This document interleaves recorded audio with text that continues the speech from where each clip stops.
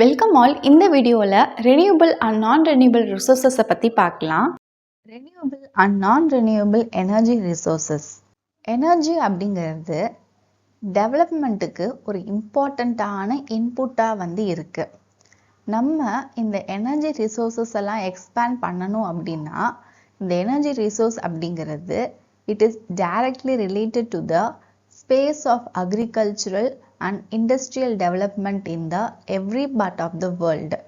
So energy resource-க்கும் இந்த agriculture and industrial development அப்படிங்கிறதுமே ரொம்ப டைரக்டா ரிலேட்டபிளா இருக்குது. இந்த எனர்ஜி ரிசோர்ஸ் அப்படிங்கிறது டூ டைப்ஸ்ல இருக்கு. One is renewable energy resource, the other one is non renewable energy resource. This renewable energy resource is otherwise called as the inexhaustible energy resource. Inexhaustible அப்படிங்கிறது என்னன்னா இந்த energy resource தீர்ந்தே போகாது. அதான் inexhaustible-க்கான meaning. And non renewable energy resource இருக்கு இல்லையா, this is called as a exhaustible energy resource. அதாவது இது தீர்ந்து போகக்கூடிய ஒரு எனர்ஜி ரிசோர்ஸ். சரி, இப்போ நம்ம இந்த ரெனியூபிள் எனர்ஜி ரிசோர்ஸுக்கும் நான் ரெனியூபிள் எனர்ஜி ரிசோர்ஸுக்கும் உள்ள டிஃப்ரென்ஸ் பார்க்கலாம்.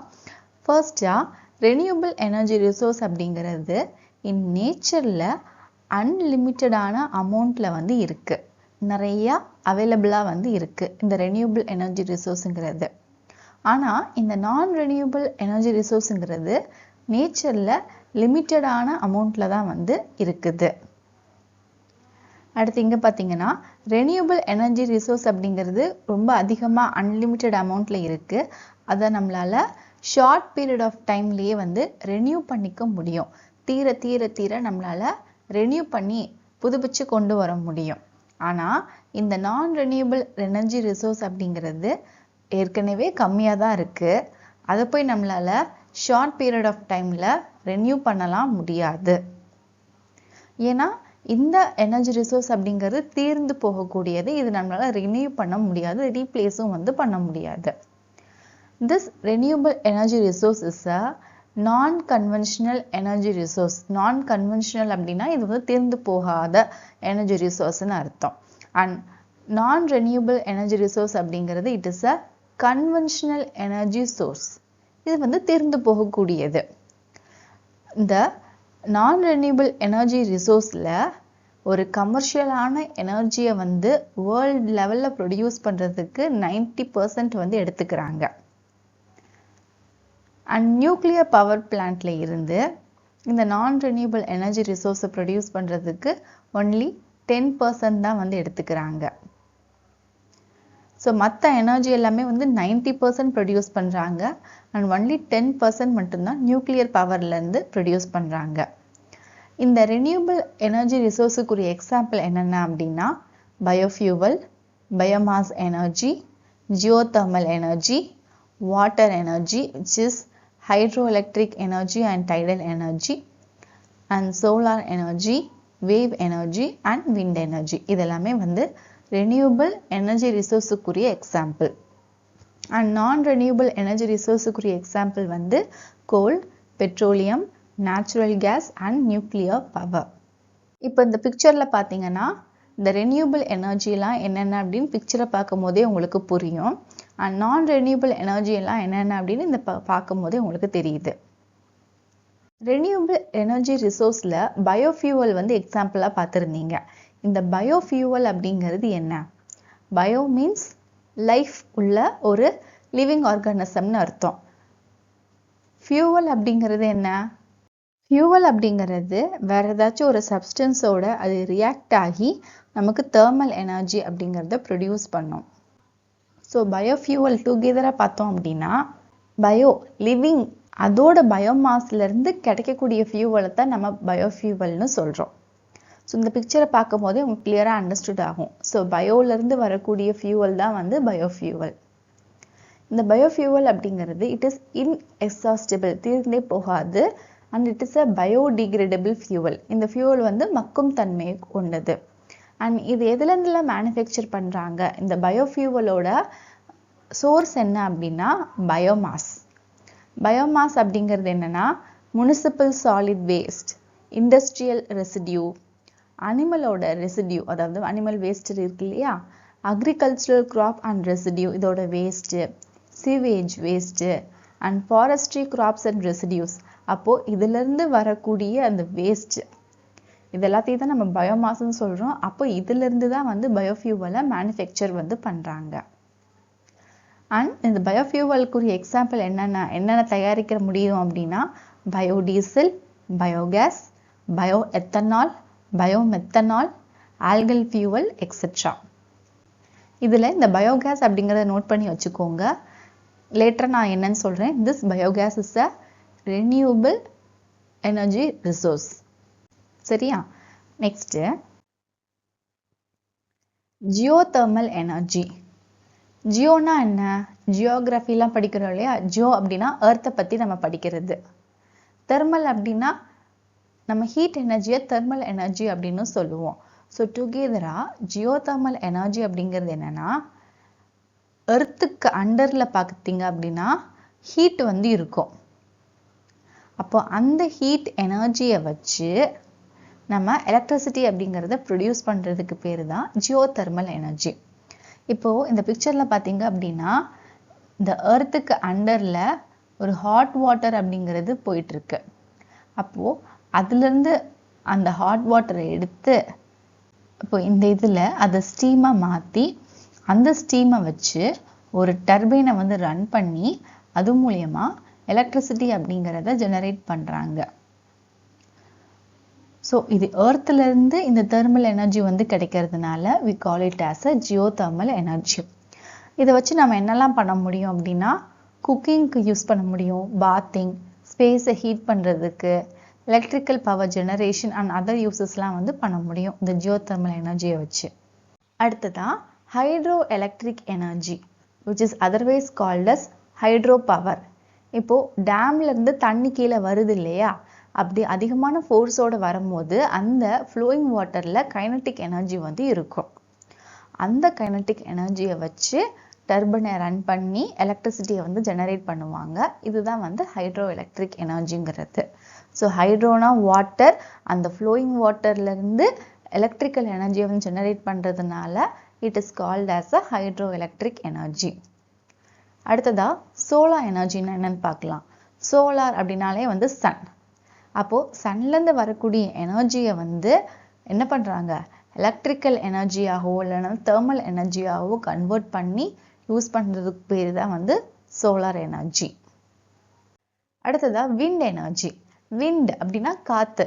அப்போ விண்ட் டர்பைன்ஸ்லாம் பார்த்துருப்பீங்க இல்லையா? ஸோ காத்து அடிக்கும் போது நல்லா சுத்தும். அப்போ அந்த விண்ட் வந்து அதாவது அந்த விண்ட் அப்படிங்கிறது அந்த கைனடிக் எனர்ஜியை வந்து எலக்ட்ரிக்கல் எனர்ஜியா இந்த விண்ட் டர்பைன் நமக்கு மாத்தி கொடுக்குது. அடுத்தது வேவ் எனர்ஜி. வேவ் எனர்ஜி அப்படிங்கிறது என்னன்னா விண்ட் வேவ் உடைய எனர்ஜியை வந்து கேப்சர் பண்ணி நம்மளால ஒரு யூஸ்ஃபுல்லான ஒர்க்கை வந்து பண்ண முடியும். என்னென்ன அப்படின்னா எலக்ட்ரிசிட்டியை ஜெனரேட் பண்ணிக்க முடியும், வாட்டரை டீசாலினேஷன் பண்ண முடியும், ஆர் பம்பிங் வாட்டர் பம்ப் பண்ண முடியும். ஸோ வேவ் எனர்ஜியை வந்து நீங்க இந்த படத்துல பார்க்கலாம்.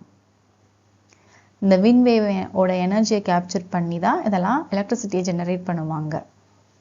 இப்போ பயோகேஸுக்கும் நேச்சுரல் கேஸுக்கும் இருக்கிற டிஃப்ரென்ஸ் என்னென்ன அப்படின்னு பார்க்கலாம். இந்த பயோகேஸ் அப்படிங்கிறது ரெனியூவபிள் எனர்ஜி ரிசோர்சஸ்ல வரக்கூடிய பயோஃபியூவல்ல one of the example biogas வந்து பார்த்தோம். இந்த நேச்சுரல் கேஸ் அப்படிங்கிறது நான் ரெனியூவபிள் எனர்ஜி ரிசோர்சஸ்ல ஒரு எக்ஸாம்பிளா வந்து பார்த்துருந்தோம். ஸோ ரெண்டுத்துக்கும் என்ன டிஃப்ரென்ஸ்? ரெண்டுமே வந்து கேஸ் தான். இது பயோகேஸ்ன்னு இருக்கு, இது வந்து நேச்சுரல் கேஸ்ன்னு இருக்கு. So this biogas is a already சொன்ன மாதிரி renewable energy source and natural கேஸுங்கிறது it is a non renewable energy source. இந்த பயோகேஸ் அப்படிங்கிறது ஆர்கானிக் ஆன வேஸ்ட் மெட்டீரியல்ல இருந்து ப்ரொடியூஸ் பண்றாங்க.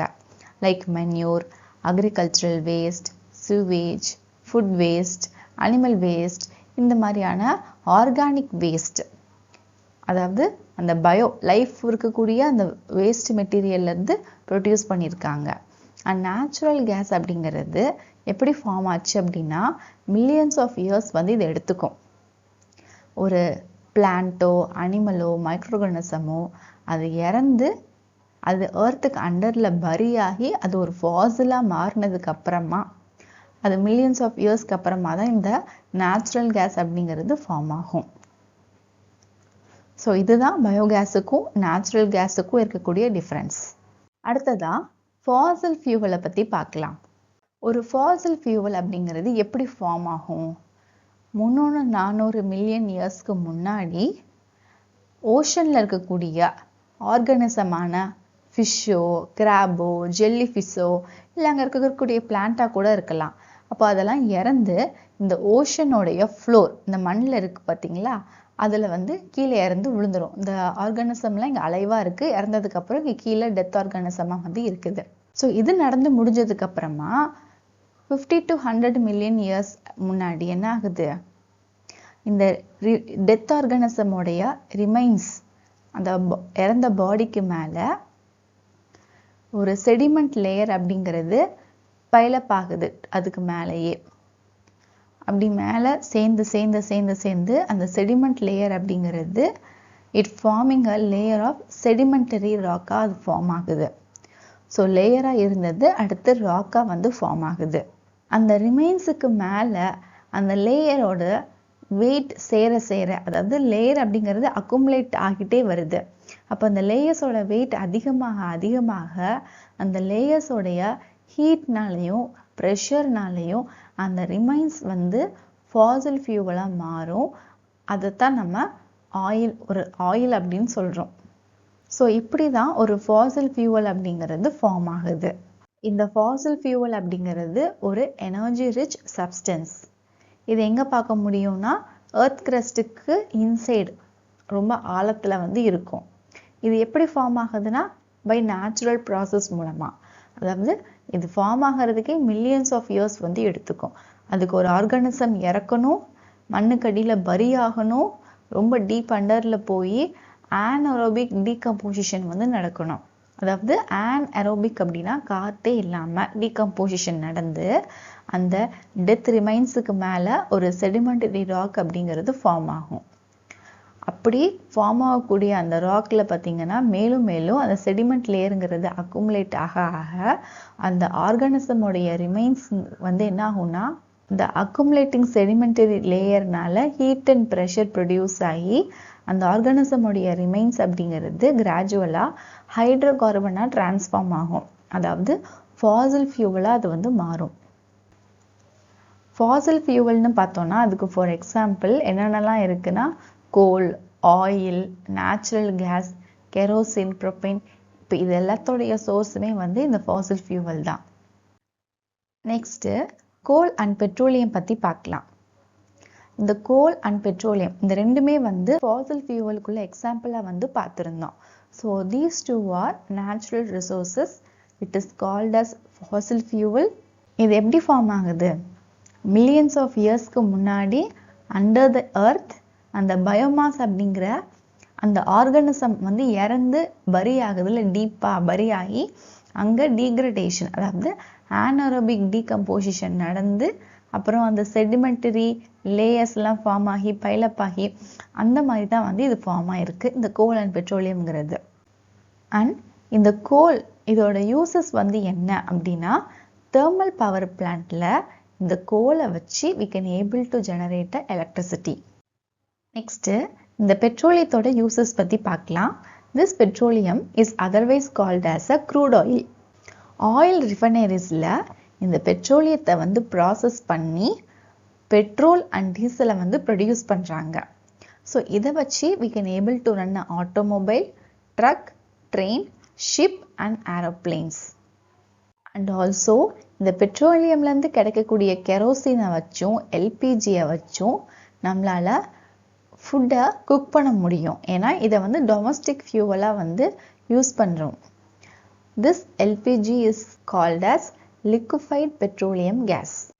ஸோ இந்த கோல் அண்ட் பெட்ரோலியத்தை வச்சு நம்ம எலக்ட்ரிசிட்டியை ஜெனரேட் பண்ணுறோம் அண்டு ஃபுட்டை வந்து குக் பண்ணுறோம், டொமஸ்டிக் ஃபியூவலாக யூஸ் பண்ணுறோம். ஸோ இது அதிகமான ரேப்பிட் ரேட்டில் வந்து யூஸ் பண்ணும்போது கண்டினியூஸாக என்ன ஆகும்னா இது எக்ஸாஸ்ட் ஆயிரும், தீர்ந்து போயிடும். ஏன்னா ஒரு ஃபாசில் ஃபியூவல் வந்து ஃபார்ம் ஆகிறதுக்கே மில்லியன்ஸ் ஆஃப் இயர்ஸ் வந்து எடுத்துக்குது இல்லையா, வெரி ஸ்லோவான process. And it's taking a very long period of time for the renewal. அதனால இதை நம்ம வந்து கம்மியாக யூஸ் பண்ணணும், ரொம்ப அதிகமாக யூஸ் பண்ணக்கூடாது. ஸோ இதுக்கு ஆல்டர்னேட்டிவாக தான் அந்த பயோகேஸ் பயோஃபியூவல்ஸ் எல்லாம் வந்து இருக்குது.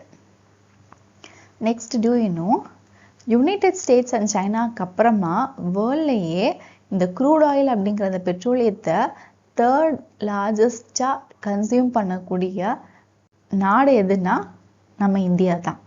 நெக்ஸ்ட்டு கோல் அண்ட் பெட்ரோலியம் ரிசோர்ஸை கன்சர்வ் பண்ணுறதுக்கு என்னென்ன ஸ்டெப்ஸ் எல்லாம் வந்து இருக்குன்னு பார்க்கலாம். ஃபர்ஸ்ட் பாயிண்ட், கோல்ல இருந்தால் எலக்ட்ரிசிட்டியை வந்து ஜெனரேட் பண்ணுறாங்கன்னு பார்த்துருந்தோம். ஸோ நம்ம யூஸ் பண்ணக்கூடிய அந்த எலக்ட்ரிசிட்டியை ரொம்ப அதிகமாக யூஸ் பண்ணாமல் சேவ் பண்ணணும், கன்சம்ஷன் வந்து பண்ணணும். அப்போ எலக்ட்ரிசிட்டியை சேவ் பண்ணால் மட்டும்தான் நம்ம கோல் யூஸ் பண்ணுறதை ரெடியூஸ் பண்ண முடியும். அண்ட் செகண்ட் பாயிண்ட், ரொம்ப ஷார்ட் டிஸ்டன்ஸ் தான் போகணும் அப்படின்னா we have to use a bicycle. இதுக்காக நம்ம காரோ ஸ்கூட்டரோ மோட்டார் சைக்கிளோ இதை வந்து பயன்படுத்தக்கூடாது. ஏன்னா இங்கே வந்து என்ன யூஸ் பண்ணுறோம், பெட்ரோல் போடுறோம். அப்போ பெட்ரோலியம் அப்படிங்கிறது ஃபாசில் ஃபியூவல். அதனால் இதையுமே வந்து நம்ம அவாய்ட் பண்ணணும், பைசைக்கிள் வந்து யூஸ் பண்ணணும் ஷார்ட் டிஸ்டன்ஸை கவர் பண்ணுறதுக்கு அப்படின்னு சொல்கிறாங்க. நெக்ஸ்ட் தேர்ட் பாயிண்ட், நம்ம ஃபுட்டை வந்து குக் பண்ணுறதுக்கு we have to use a pressure cooker.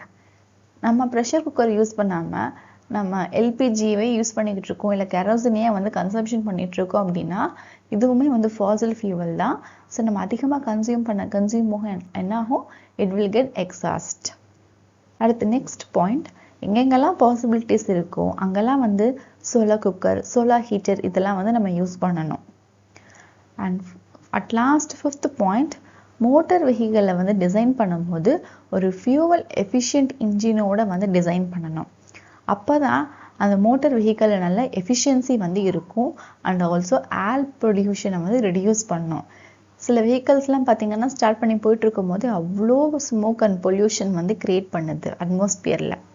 So அதெல்லாம் அவாய்ட் பண்ணுறதுக்கு ஒரு ஃபியூவல் எஃபிஷியண்ட்டான இன்ஜினுடைய மோட்டார் வெஹிக்கிளை வந்து டிசைன் பண்ணணும். நெக்ஸ்ட்டு அட் லாஸ்ட்டாக தாஜ்மஹாலை பற்றி ஒரு சின்ன கேஸ் ஸ்டடி வந்து பார்க்கலாம். நம்ம வேர்ல்டில் ஒன் ஆஃப் த 7 ஒண்டர்ஸ் அப்படிங்கிறது தாஜ்மஹால். இந்த தாஜ்மஹால் ஆக்ராவில் இருக்கக்கூடிய உத்தரப்பிரதேஷில் லொக்கேட் ஆகியிருக்கு. இந்த தாஜ்மஹாலை ஒயிட் மார்பிளை வச்சு பில்ட் பண்ணியிருக்காங்க. ஸோ இந்த தாஜ்மஹால் பார்க்குறதுக்கு அவ்வளோ அழகாக இருக்கும். ஆனால் ப்ரெசண்ட்டாக அந்த தாஜ்மஹாலை சுற்றி இருக்கக்கூடிய ஏரியாவை யார் ஓன் பண்ணிட்டாங்க அப்படின்னா மதுரா ஆயில் ரிஃபைனரியை இந்தியன் ஆயில் கார்பரேஷன் ஓன் பண்ணிட்டாங்க. ஸோ ஓன் பண்ணதுனால இப்போ அதிலிருந்து சல்ஃபர் அண்ட் நைட்ரஜன் ஆக்சைடு கேஸை வந்து ப்ரொடியூஸ் பண்ணிக்கிட்டு இருக்காங்க. ஸோ இதனால் என்னாச்சு அப்படின்னா தாஜ்மஹாலுடைய ஒயிட் மார்பிள் அப்படிங்கிறது எல்லோவாக மாறிடுச்சு ஏர் பொல்யூஷன்னால. அந்த இண்டஸ்ட்ரியிலேருந்து வரக்கூடிய ஏர் பொல்யூஷனால எல்லோ கலருக்கு அந்த தாஜ்மஹால் சேஞ்ச் ஆயிடுச்சு. ஸோ இதை பார்த்துட்டு கவர்மெண்ட் ஆஃப் இந்தியா வந்து ஒரு எமிஷன் ஸ்டாண்டர்டை வந்து செட் பண்ணுறாங்க. இந்த இண்டஸ்ட்ரியிலேருந்து இந்த மாதிரி ஏர் பொல்யூட்டட் கேஸ்லாம் ரிலீஸ் ஆகுது இல்லையா, அப்போ அதுக்கு வந்து ஒரு எமிஷன் ஸ்டாண்டர்ட் வந்து செட் பண்ணுறாங்க அரௌண்ட் த மானுமெண்ட்டில் to protect it from the damage. Okay, அவ்வளோதான் இந்த வீடியோவில் ரெனியூபிள் எனர்ஜி ரிசோர்ஸ்னால் என்ன, நான் ரெனியூபிள் எனர்ஜி ரிசோர்ஸ்னால் என்ன, அண்ட் நான் ரெனியூபிள் எனர்ஜி ரிசோர்ஸில் வரக்கூடிய ஃபாசில் ஃபியூவலில் கோலை பற்றியும் பெட்ரோலியத்தை பற்றியும் பார்த்துருக்கோம். அண்ட் ஆல்சோ இந்த கோல் அண்ட் பெட்ரோலியத்தை வந்து நம்ம எப்படி கன்சர்வ் பண்ணுறது அப்படிங்கிற பற்றியும் சில பாயிண்ட்ஸ் வந்து பார்த்துருக்கோம். ஐ ஹோப் இன்னைக்கு பார்த்து இந்த டாபிக் உங்களுக்கு கிளியராக அண்டர்ஸ்டுடாக இருக்கும்னு நினைக்கிறேன். If you have any doubt regarding this, please do comment, let me know in the comment section. If you like this video, thumbs up, share among your friends circle. இந்த video நிறைய பேருக்கு ஹெல்ப்ஃபுல்லாக இருக்கட்டும். இந்த யூனிட்டில் நான் போஸ்ட் பண்ணக்கூடிய other topic videos எல்லாம் பார்க்க கீழே டிஸ்கிரிப்ஷனில் அதோட லிங்க் வந்து கொடுத்துருக்கேன். நெக்ஸ்ட் வீடியோவில் இதுக்கடுத்து வரக்கூடிய டாபிக் எல்லாம் வந்து பார்க்கலாம். See you soon again in next video. Thank you for watching.